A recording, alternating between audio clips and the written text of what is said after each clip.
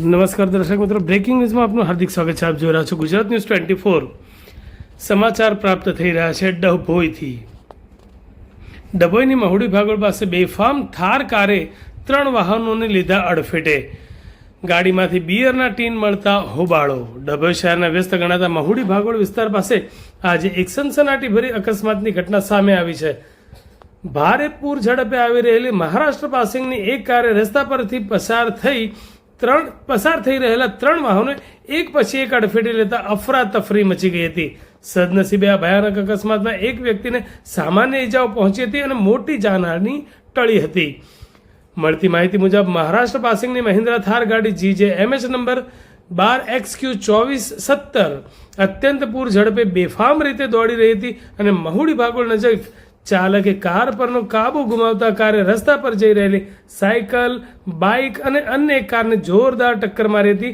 અકસ્માત એટલો ભયાનક હતો કે વાહનોને ભારે નુકસાન પહોંચ્યું હતું.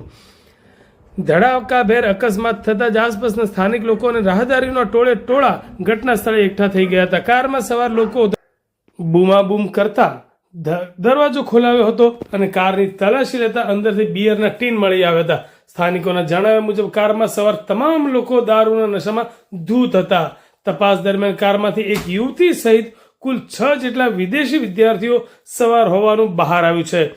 ટ્રાફિક જામ અને પોલીસનો કાફલો ઘટના સ્થળે પહોંચ્યો. અકસ્માતના પગલે રોડ પર ચીચિયારીઓ અને દોડધામ મચી ગઈ હતી. શું થયુંની બૂમો સાથે જોતામાં રસ્તા પર લાંબો ટ્રાફિક જામ થઈ ગયો હતો.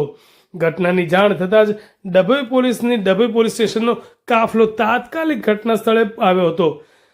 પોલીસે ઘટના સ્થળે પહોંચી તમામ 6 વિદેશી વિદ્યાર્થીઓને અટકાયતમાં લઈ આગળની પૂછપરછ હાથ ધરી અને ડભોઈ પોલીસ સ્ટેશને લઈ ગયા હતા. પોલીસે અકસ્માતગ્રસ્ત વાહનોને ખસેડી રોડ પર થયેલો ભારે ટ્રાફિક હળવો કરાવ્યો હતો.